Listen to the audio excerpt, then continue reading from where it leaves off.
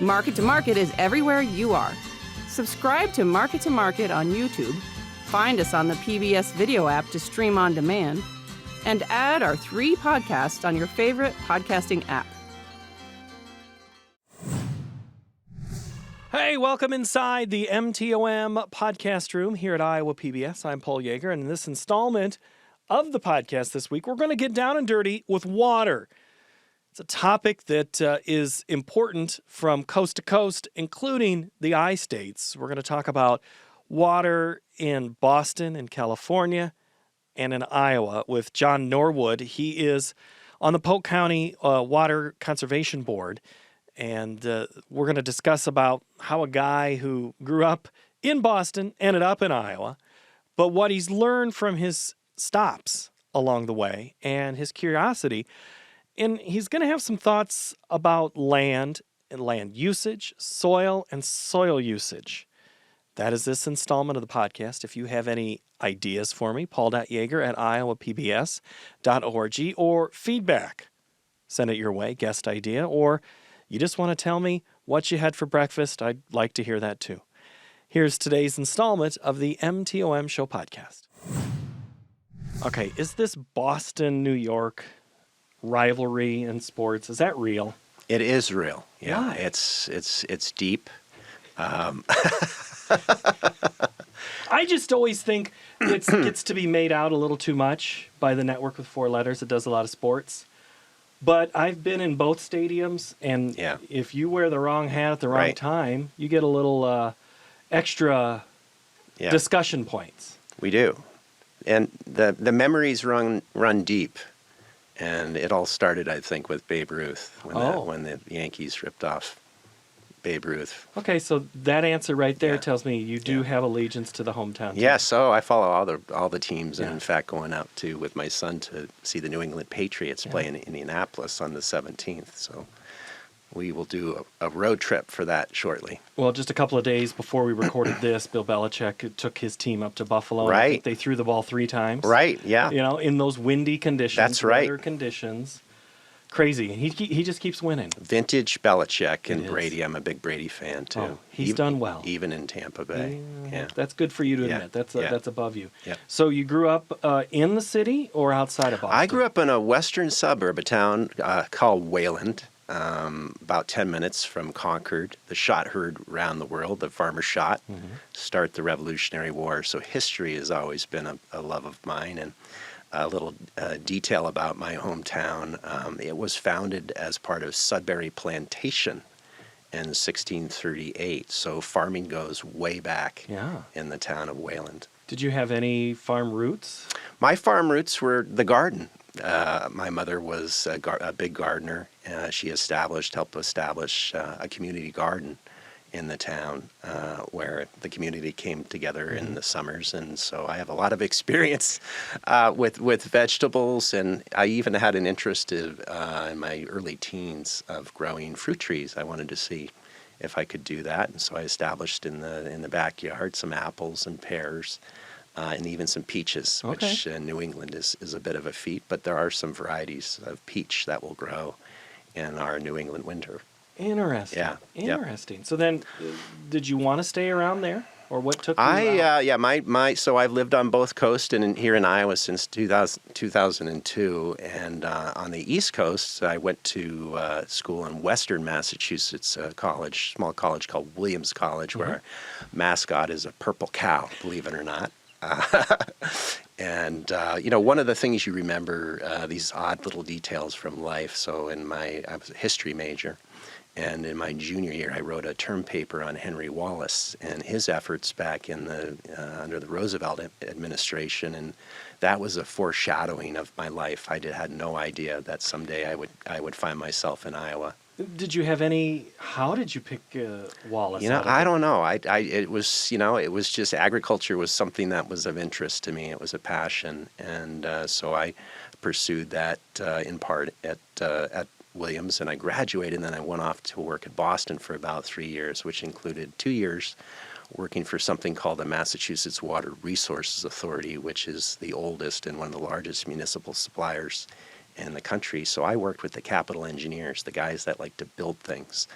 And so we worked on the water side. There's also the wastewater side, which was fascinating. I had done a term paper also in college on the cleanup of Boston Harbor. It was terribly polluted at the time, and it's now a success story. And so Boston, in the Boston area, the 3.5 million people and the 60 plus communities that served by this water agency, fascinating in terms of from the aqueducts or from the watersheds reservoirs through the aqueducts into the Boston area. Now that brings up, we're going to get there about rural urban. Yeah. But what was Boston Harbor's biggest problem? Was it the rural issue? Was it the urban issue? Well, the cleanup of the Boston Harbor was the result of political gridlock for about 100 years. If you look at the history of Boston, both in the water supply and the wastewater supply, there tends to be a lot of activity every 50 to 100 years. And, you get to the point where, we got to do something, and then people forget about it. And so Boston had a primary treatment system that was horribly lots of deferred maintenance, and it wasn't designed particularly well. The engineers thought that let's put the outfall for the sewage at the narrow point of Boston Harbor, with the idea that on the outgoing tide that the sewage would be carried out to Boston into Massachusetts Bay. The problem is tides go both ways, as you can imagine. So that was part of the problem. Another problem was the fact that both the storm water and the sanitary sewers were not separated; they were combined. And so during big storm events, the system would get overloaded, and basically all the excess wastewater would end up in Boston Harbor. So it had all sorts of flotations, and I think it was the Shondells, love that dirty water. That's about Boston Harbor? Charles River. About Charles River, which flows right into Boston Harbor. So there's an incredible success story. It was billions of dollars both on the wastewater side. The water side was more of a story about deferred maintenance on the transmission system, and so it had a series of aqueducts, for example, that were really sort of held together by Band-Aids and bubble gum, and so that needed to be updated. Well, and that's very good knowledge that you have on your term paper. Yes, and that's right. Just on the research, I'm pulling you back 25, 30 years. So it's still in there. I want to get back to Boston in a minute because that's fascinating to me.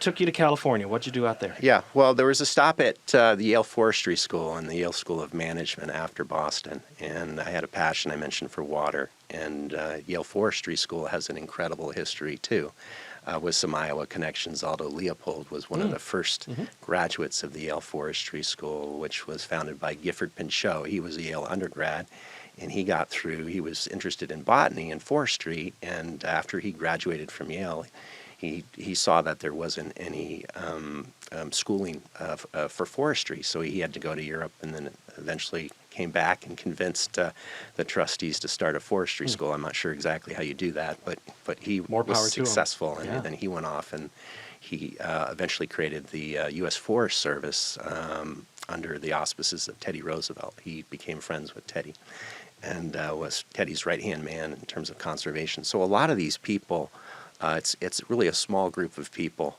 when you look back through history and that sort of collision of different ideas. I came out of the forestry school. What I learned from the forestry school and the School of Management is people are very tribal. And so you had these two schools. You had, the penny loafers, I like to refer to them, at the School of Management, and then the Birkenstock people in the School of Forestry. And those two groups, there were a few that would go back and forth and take classes and so forth. And I was one of about 6 that had a joint degree. So I went back and forth, and you were often considered to be the other person by both sides. And so that was part of in my DNA and in my learning that, sometimes if you want to be a leader, you have to think differently, and you have to be willing to hang out with people who might think differently from you. And that has carried through in my career. I went to the West Coast. My former wife, who's a professor at Drake, got an opportunity to go to Stanford. She's a PhD in English, and so we spent about 10 years orbiting the Bay Area. I worked with some of the largest Fortune 500 companies in financial matters and so forth. And I had a chance to work with the Resources Secretary of the state of California, a guy by the name of Doug Wheeler, who was Pete Wilson's 2-term officer in that position. That office is like the combination of our DNR and our Department of Agriculture. And of course, California is the only state in the country that beats Iowa in terms of its GDP related to agriculture. I believe it's the fifth largest country in Economy. and then yes. agriculture is still is still a part of that. Yeah. It's amazing that it's actually smaller. I mean, it's huge, but in the overall scheme, it just shows how big the economy in California is. So I'm always curious about those who spend time in the East and the West, both about people, but the way of doing things. But water, I mean, is the water treated differently? I guess treated is not a proper word to use because that means something different, wastewater, but thought of differently, East versus West. Because in the West, all we hear about in agriculture is we need that to water crops, to make sure that food can continually be cared for. Is that accurate? Yeah, I think particularly in the West, you go beyond the 100th meridian, and water scarcity is an issue. And even California has a history of water wars and so forth. You can go watch the movie Chinatown, and you can see the history of California, particularly Southern California, fighting for access to water. And of course, they draw from the Colorado River. That's a resource that's been stressed. And California has a unique relationship with the federal government in terms of water, and the water that starts and captured in the Sierra, and then it finds its way down into the Central Valley, and then some of it through the Delta. And so that's been very contentious and over the years. And Mark Twain's famous words about whiskeys for drinking and waters for fighting, I think he had California in mind. We've said that a time or two on Market to Market. Sure. We have an old boss that really liked to write that Yes. one. And water is important. Yes. So then you get to Iowa. Yes. I'm guessing career is through Drake Yes. and Des Moines. But how did you get involved with water in central Iowa and Polk County specifically? So, my history goes back. I've been interested and worked in business transformation for many years through a number of different iterations. TBL Ventures is my consulting and investing organization. TBL stands for the triple bottom line: people, planet, profits. And I get excited when I'm working with businesses and organizations on issues having to do with transformation. How do we get from where we are today? Where is it where we want to go tomorrow? And what's the best way to get there? And so I've had the opportunity to work on a lot of very interesting agricultural aspects of our agricultural economy over those years, beginning with the rise of the ethanol plants. What people don't often understand about ethanol is the ethanol plants produce something else besides the ethanol, because the corn kernel has three parts. It's got carbohydrate, protein, and a fat. And so we take that carbohydrate, we turn that into ethanol.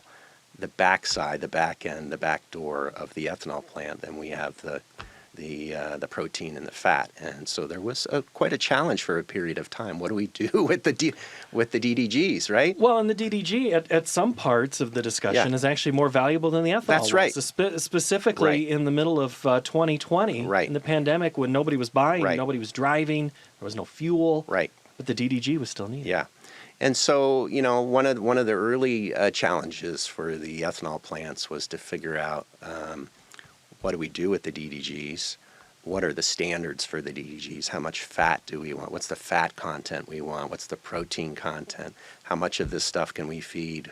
What can we feed it to before the pig blows up? We had something called soft pork that was a problem for a while, and you had a lot of very smart people, the PhD scientists up at Iowa State and K-State and other places scratching their heads. And so I was working on some aspects of some of the specialty feeds and what we could do with some of those things, some of the oils, for example.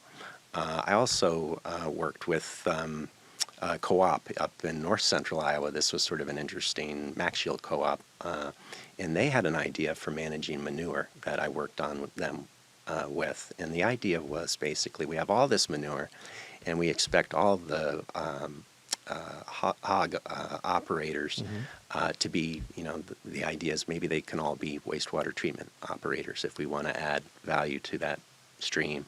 And we came at it and said, well, let's not make everybody try to be a wastewater treatment operator. They already have many things to do. It's already hard enough. And so we looked at the idea of a community-based digesting system.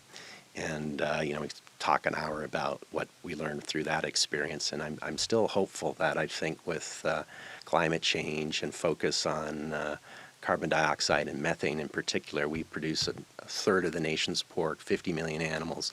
There's a lot of manure out there, and the potential to add value to that manure through anaerobic digestion, and all sorts of wonderful things start happening. You kill the pathogens, you control odor, you can de-water and so forth, and you can create a more stable, nutrient, consistent product. So there's a lot of opportunity, certainly lots of challenges, but that was another example of what I did. The water part, to me, as I spent my time in Iowa, and I kind of got frustrated with the lack of progress and the name calling and so forth. And as a systems person and systems thinker, I'm thinking, okay, this is really big system, 23 million acres, number 2, and output only to California. We'd be in the top 10 if we were our own country in terms of our agricultural output. So how do we begin to think about solving this problem? I ran for a Soil and Water Commission in 2018, and I had a bunch of people tell me, no, you're not going to win. There's somebody else who's better known, and you're not from Iowa, and so on and so forth. And I said, well, okay, I'll still give it a shot. And I had a platform, and I harnessed the power of social media. You watch Donald Trump, whether you like him or not, but you got to respect the fact of how he has been able to harness social media. And I did that, and I won a spot. And it was interesting both before and after the election when I would introduce myself to people. More often than not, they would say, yeah, we know who you are. From their social media? We've read your materials. We like what you have to say, or occasionally they might have something that they didn't like, but that's okay too. I want to hear. One of my principles is I want to hear what you think, how you think, why you come to your conclusions, and that will help me better understand your thinking. And we might learn something about each other. I might change some of my views, and we might actually come to some better conclusions. And this is a Polk County position. This is Polk County. So how many on the There's commission? 5. There's 5. There's 5 commissioners. There's 99 counties. There's actually 100 commissions. So I ask people this: if you know the one county that has 2, you get a gold star.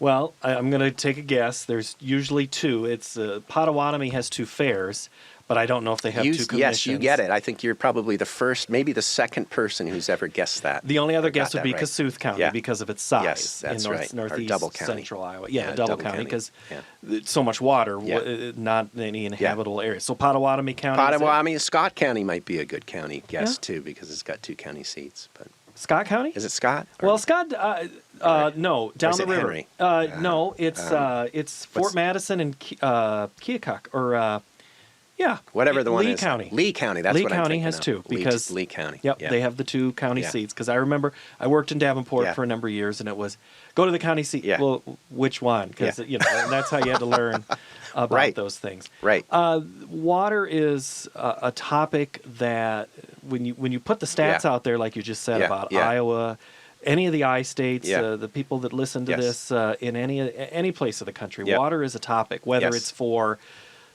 feeding the crops, for drinking, or for recreation. We all have uses for this resource. Yep. Not like land where they're not making more of it. Water just comes from different sources, Yeah. and maybe some's in the ground. Is water as big of a deal as I think it is? Yeah. I think there are a couple of things that are fundamental to our agricultural system here in Iowa, and one is water.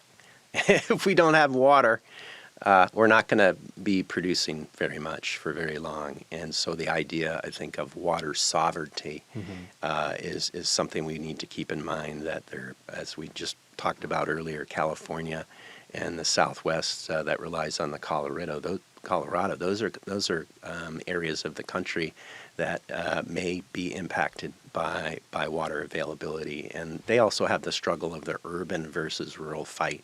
That's part of what's happening in California in the Southwest, is there's a fight over who gets the water, and over time it's typically the cities that win out. They get more of that surplus that then ag has to cut back.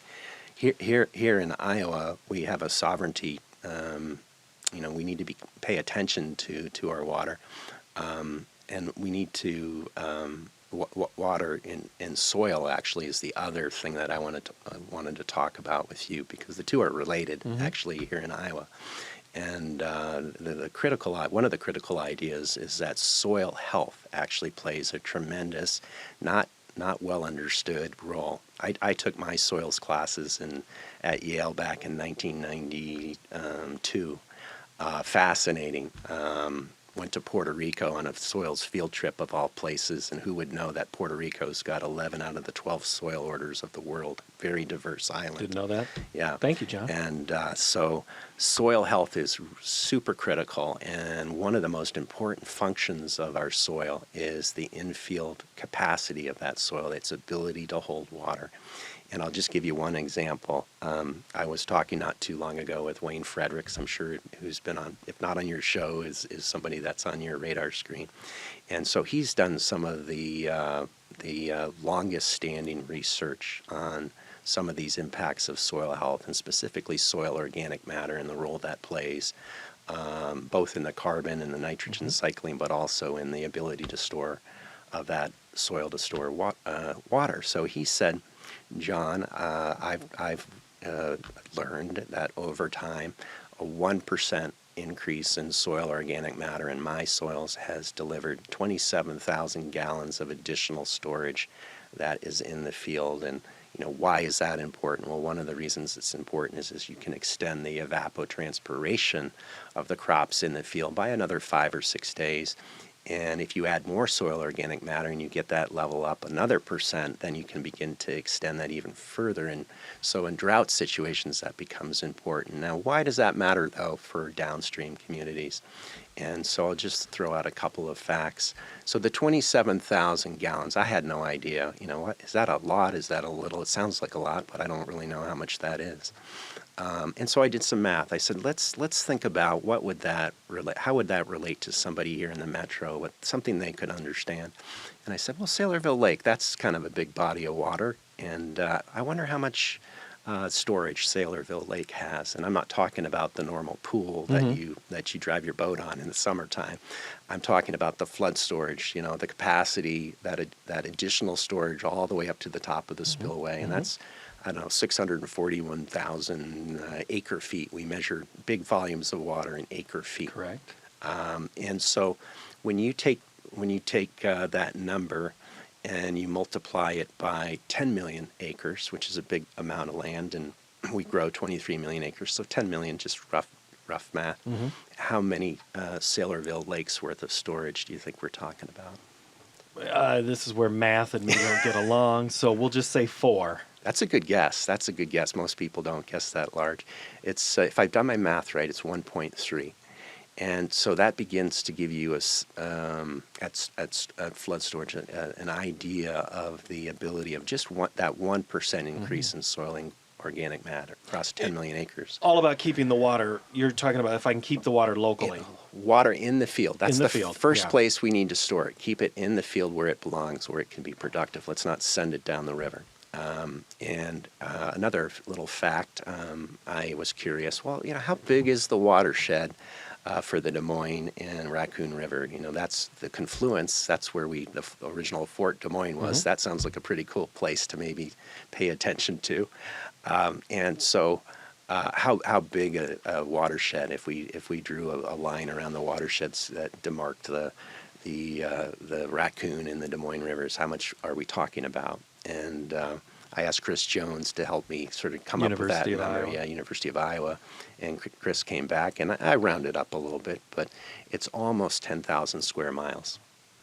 10,000 square miles, there's 640 acres to a square mile. So we're talking about maybe 6.4 million total acres. And so that 10 million, keep that in the back of your mind. Now, not all of the 6.4 is in agriculture, but a good chunk of that is. And of the 50 million hogs that we raise per year, probably, 20% maybe is in that watershed too. So that begins to give you a sense of the potential of storing that water. Let's not send it down the rivers. Let's keep it close to the field first. That should be our first motto.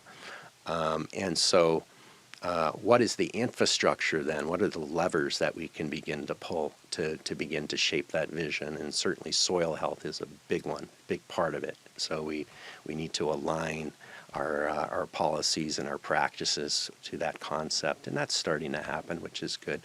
Another part of this, it's really the three legs of the stool that I ran on, is the second leg has to do with what I call our ag plumbing.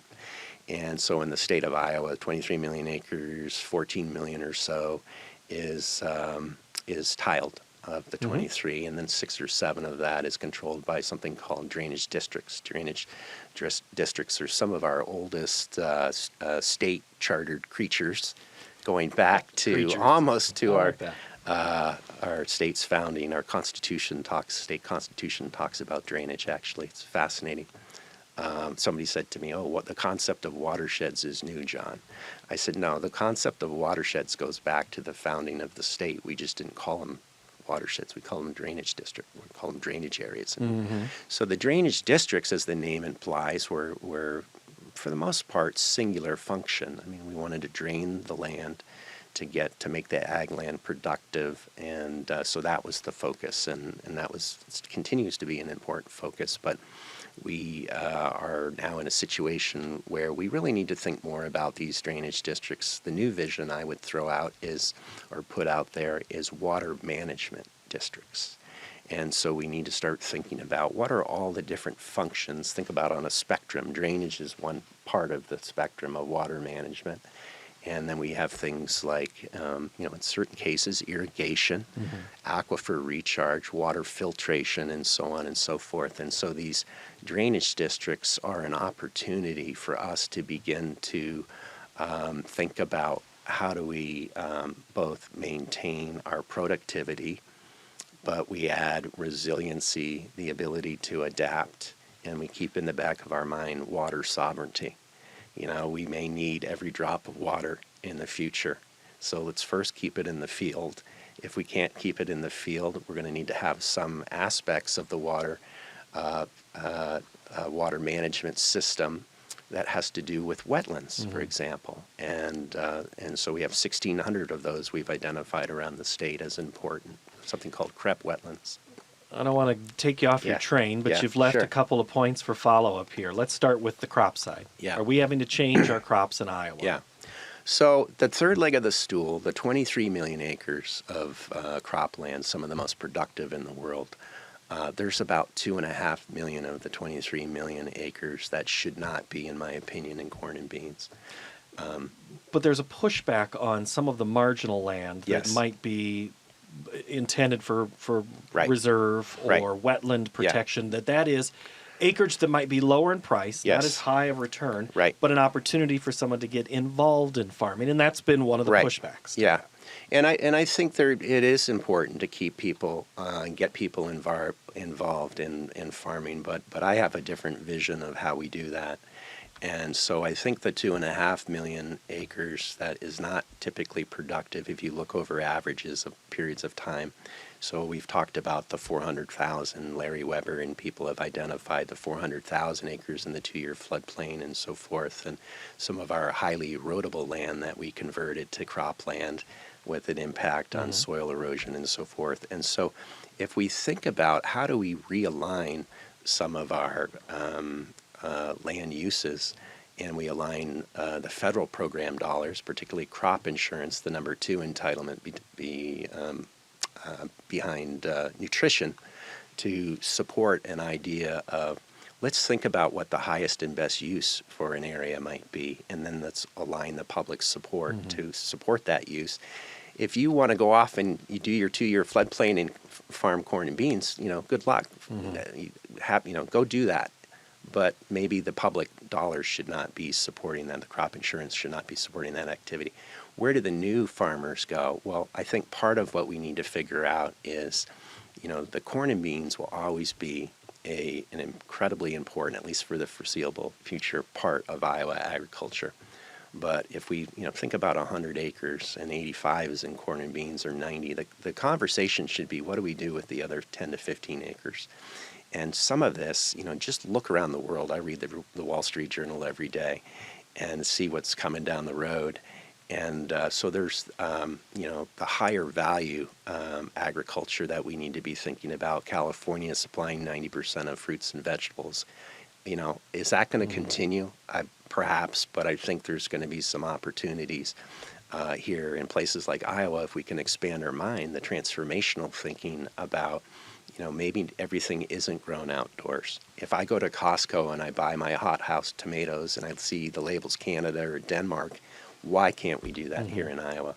And so I think the new farming in part has to be about, the families that are generational, and Mitchell Hora. You mentioned Mitchell Hora, Right. Past guest on this show. He's well known in a lot of circles for doing things, though, that are differently. You and I were discussing before we even got started today about Mitchell, and he's someone that, like many new coming back to the farm or wanting to stay on the farm, he's had to find new ways to be involved because of the traditional way.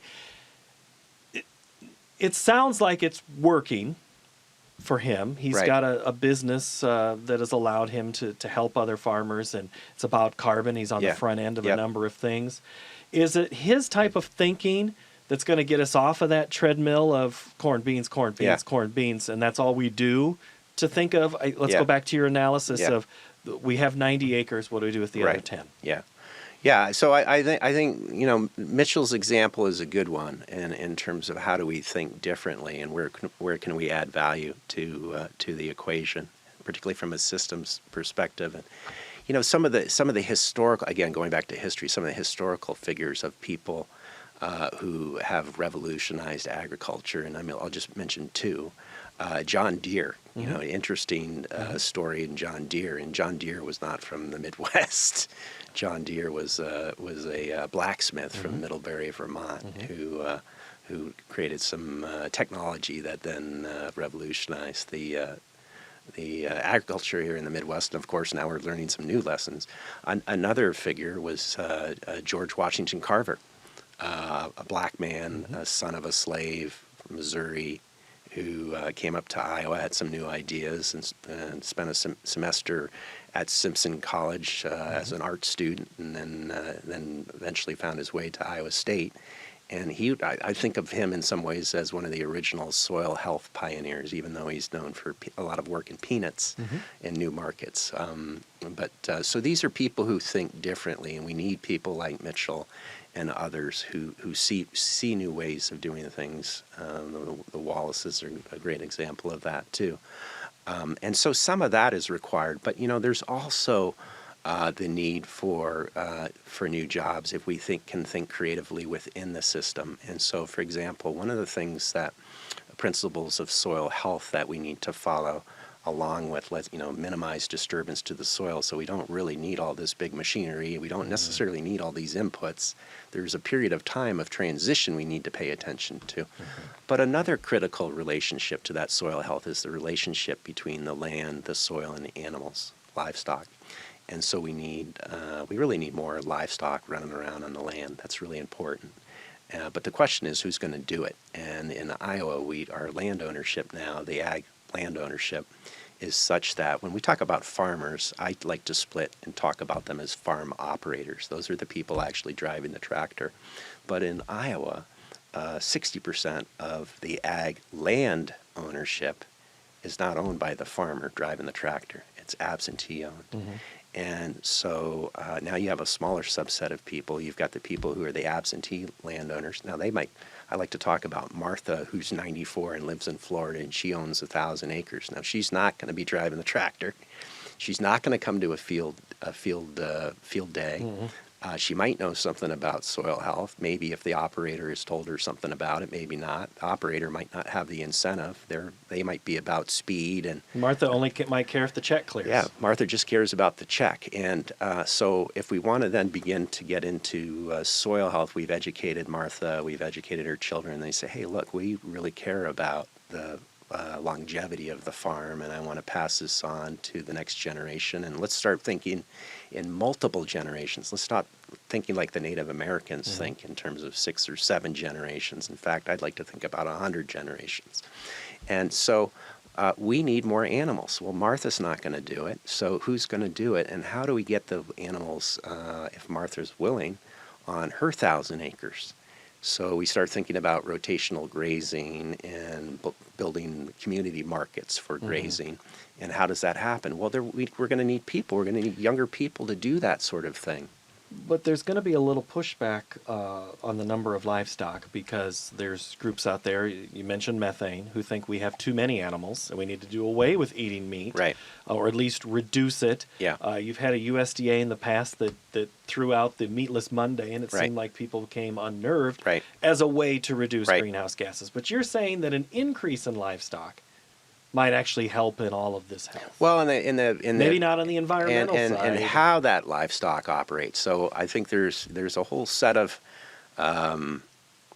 strategies and other requirements we need to pay attention to if we're talking about confinement operations of various sorts, where the animals are indoors and not running around. And then we're talking about grazing, where we actually have the animals out on the land. And they might be down in the field with the corn and beans and eating in that field, the cover crops or the forage that's left after the harvest, or they might be up in the pasture, or both. There's going to need to be, for that balance of nature, in order to encourage and regenerate the soil health, we need a better balance of animals and land. And so, yeah, we need to pay attention to how we do that in a way that can add value, both from a soil and an economic standpoint, because there's opportunities there to build outside of the commodity system. The commodity system is an important part, the base, if you will, of the economy, but we need to diversify and add to that base. My thanks to John Norwood. If you have other feedback and you don't want to send it to me, send it to market2market@iowapbs.org. Thank you, John. Thank you for watching, listening, or reading. We'll see you next time.